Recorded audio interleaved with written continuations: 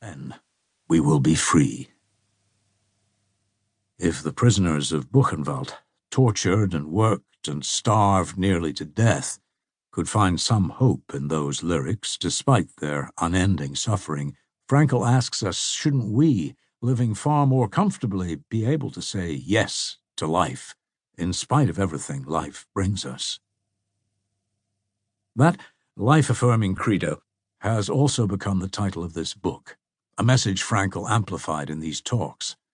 The basic themes that he rounded out in his widely read book, Man's Search for Meaning, are hinted at in these lectures given in March and April of 1946, between the time Frankl wrote Man's Search and its publication. For me, there is a more personal resonance to the theme of yes to life.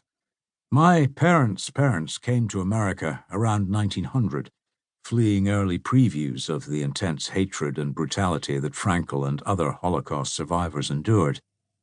Frankl began giving these talks in March 1946, just around the time I was born. My very existence an expression of my parents' defiance of the bleakness they had just witnessed, a life-affirming response to those same horrors.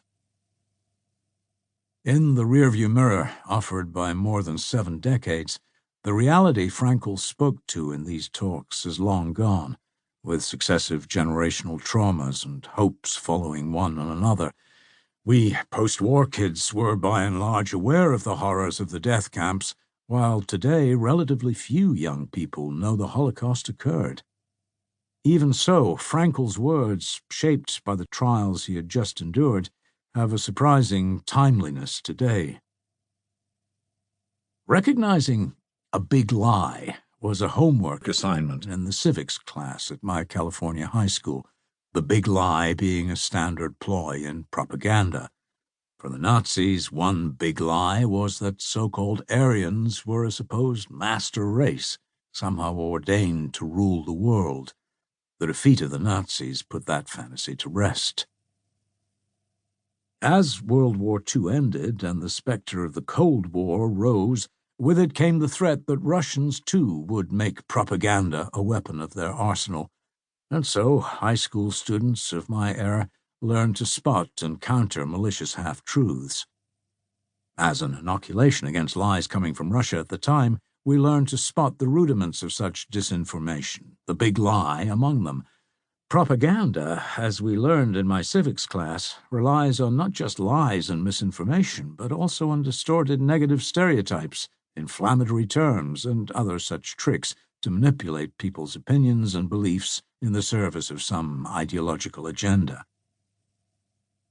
Propaganda had played a major role in shaping the outlook of people ruled by the Axis powers. Hitler had argued that people would believe anything if it was repeated often enough, and if disconfirming information was routinely denied, silenced, or disputed with yet more lies. Frankl knew well the toxicity of propaganda deployed by the Nazis in their rise to power and beyond. It was aimed, he saw, at the very value of existence itself, asserting the worthlessness of life, at least for anyone like himself, who fell into a maligned category like gypsies, gays, Jews, and political dissidents, among others. When he was imprisoned in Nazi concentration camps, Frankl himself became a victim of such systematic lies, brutalized by guards who saw him and his fellow prisoners as less than human. When he gave the lectures in this book, a scant 9 months after his liberation from the Turkheim labor camp, Frankl began his talk by decrying the negative propaganda that had destroyed any sense of meaning, human ethics, and the value of life. As he and all those in his Viennese audience knew well, the Nazis had honed their propaganda skills to a high level, but the kind of civics lesson that taught how to spot such distortions of truth is long gone. Throughout the centuries, as today, the same disinformation playbook has been put to use by authoritarian rulers worldwide. The signs are clear: shutting down opposition media, quashing dissident voices, and jailing journalists who dare to report something other than the prevailing party line. The danger of substituting for real, objective news instead sets of lies, flimsy conspiracy theories, and us versus them hatreds has been amplified.